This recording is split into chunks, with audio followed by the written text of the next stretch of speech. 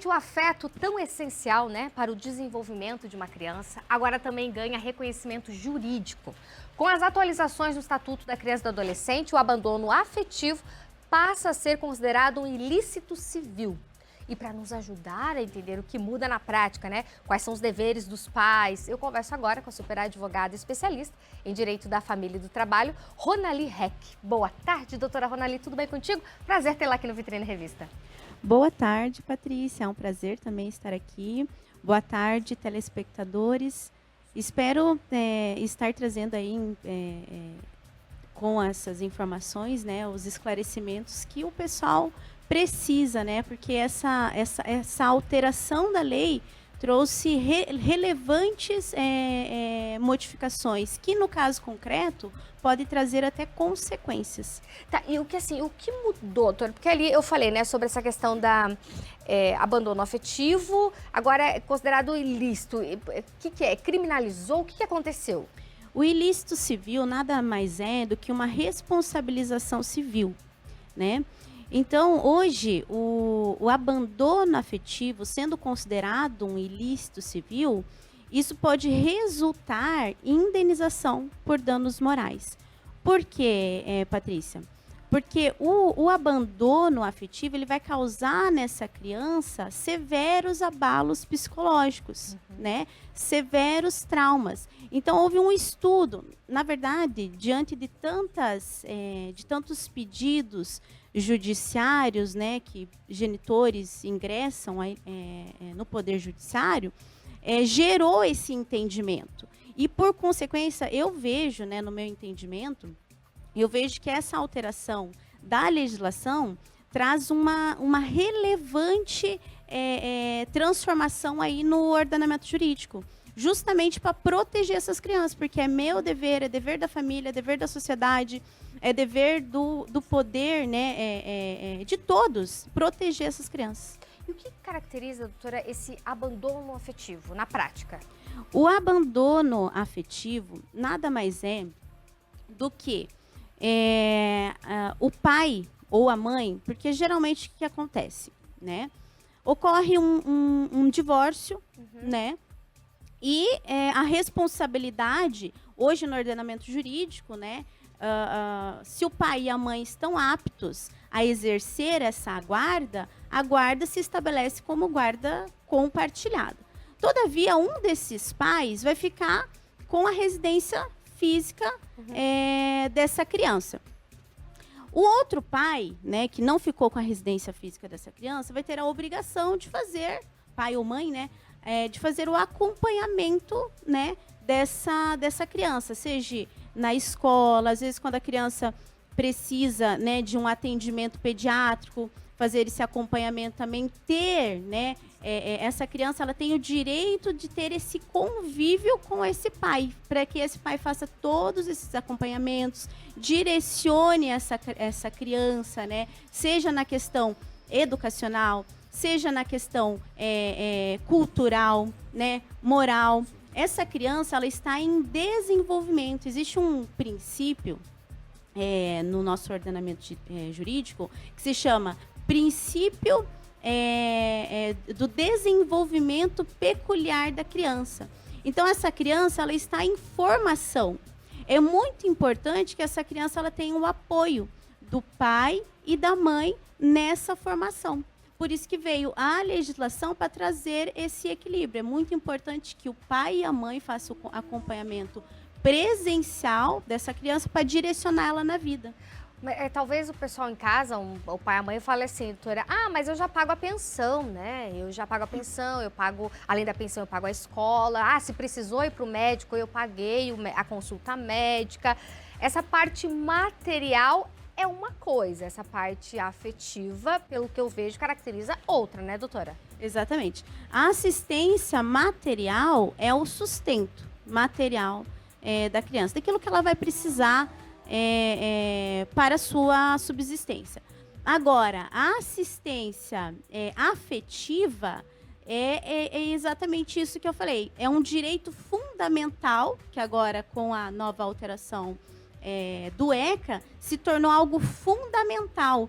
Então, essa criança, o pai ou a mãe tem o dever de dar essa assistência afetiva. E vamos dizer, no caso, o pai ou a mãe não deu essa assistência. Como que é feito a partir daí, por exemplo? Esse filho, filha pode entrar com algum tipo de ação, ou o genitor que está com esse filho, filho pode entrar com algum tipo de ação. Como que se comprova esse abandono afetivo? O abandono afetivo, ele não vai acontecer de uma hora para outra, né? Serão reiteradas omissões, né? Pelo pai ou pela mãe. Então, a um longo período, essa criança ela vai sentir, né? Sozinha, ela vai se sentir abandonada. Nos dias dos pais, seja o pai ou no dia das mães, seja a mãe, não vai comparecer naquele momento que é muito importante. Às vezes essa criança entra em contato com o pai ou com a mãe, porque isso pode acontecer de ambos os lados, e esse pai e a mãe não dá uma resposta no momento oportuno. Às vezes essa criança está passando por uma dificuldade ou por um sofrimento que precisa de uma direção de um pai e de uma mãe, né? E isso vai causando danos psicológicos nessa criança, vai causando danos emocionais nessa criança. Então, o pai ou a mãe, ou o responsável dessa criança, o correto, né, é levar até um psicólogo, um psiquiatra, pegar um laudo, né, um laudo médico com relação a todas essas consequências que decorrem dessa omissão, dessa negligência. E se for o caso, né, em casos extremos, né, porque eu digo assim, em casos extremos, quando de fato o dano já se deu, o trauma já aconteceu, buscar o Poder Judiciário para verificar aí a possibilidade de uma compensação com relação a esse tempo de negligência. Existe então, por exemplo, uma compensação, uma espécie de indenização, então, para esse... Seria uma indenização por danos morais. Então, essa indenização por danos morais, ela visa compensar. Logicamente que não vai, essa criança, ela não vai... isso não vai dar à criança, não vai retornar aquele estado psicológico inicial, mas vai compensá-la desses momentos aí de ausência, né? Como que essa mudança, como que você, doutora, vê essa mudança na legislação, por exemplo, pode afetar agora as famílias, né? Porque, assim, o pai ou a mãe, vamos dizer assim, não é que eles não vão poder mais se separar, podem, mas com aquela consciência de que ambos têm que estar presentes na vida da criança, dos filhos. Exatamente. Eu percebo que essa lei, ela vem justamente para isso. Para o pai e a mãe, os responsáveis, terem a consciência e refletirem de que essa ausência, de que essa negligência, essa ausência desse afeto causa traumas irreversíveis nessa criança e no adolescente, porque nós estamos tratando aqui da criança e do adolescente também. Então, pode trazer transtornos, né, nessa criança aí de forma irreversível, com toda certeza. Qual que é a sua orientação, doutora, por exemplo, para famílias que talvez já estão passando agora por algum conflito dessa natureza? A sua dica do que fazer, né? Quais são os primeiros passos nesse sentido? Se a família estiver passando por uma situação dessa, o que eu recomendaria inicialmente? Primeiro, buscar um bom advogado, né? Um bom advogado. E conversar com esse advogado. A minha orientação seria, primeiro, verificar com esse genitor se existe a possibilidade dele mudar essa conduta dele. Tá. Né? Se ainda existe um diálogo, né? Verificar se existe essa possibilidade de mudança, fazer uma reunião, que seja no próprio escritório do advogado, né? Entre o pai e a mãe. O que a gente pode melhorar, né? Para não precisar ir para o Poder Judiciário. Tentar alinhar isso, né? Explicar quais são as necessidades da criança, explicar que essa criança ela precisa do convívio, né? Precisa dessa visitação do pai, precisa dessa presença física, porque isso gera consequências até na questão educacional da criança, né? Muitas vezes até a criança não consegue ter o aproveitamento 100% dos estudos porque não tem o pai. Ela está abalada psicologicamente, está abalada emocionalmente porque ela não consegue se entregar totalmente ali nos seus compromissos, né? Com relação ao seu desenvolvimento. Mas o que eu recomendaria? Primeiro, conversar com esse genitor, né? Explicar que essa criança também está frequentando o psicólogo, que ela relatou, né? Abrir tudo isso.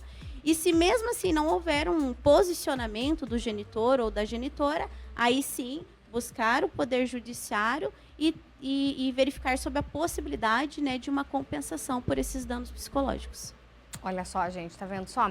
Importantíssimo. E aqui a gente fala, né, da compensação, indenização. Claro que nada traz o passado e o afeto novamente, né? Mas é pelo menos uma forma dos adultos, de nós adultos, colocarmos a mão na consciência, porque parece-me que só quando pesa no bolso é que as pessoas também se atentam, né, a muitas coisas que acontecem ao nosso redor. Mas filho e filha ter que, de certa forma, medigar, né, por afeto, por carinho.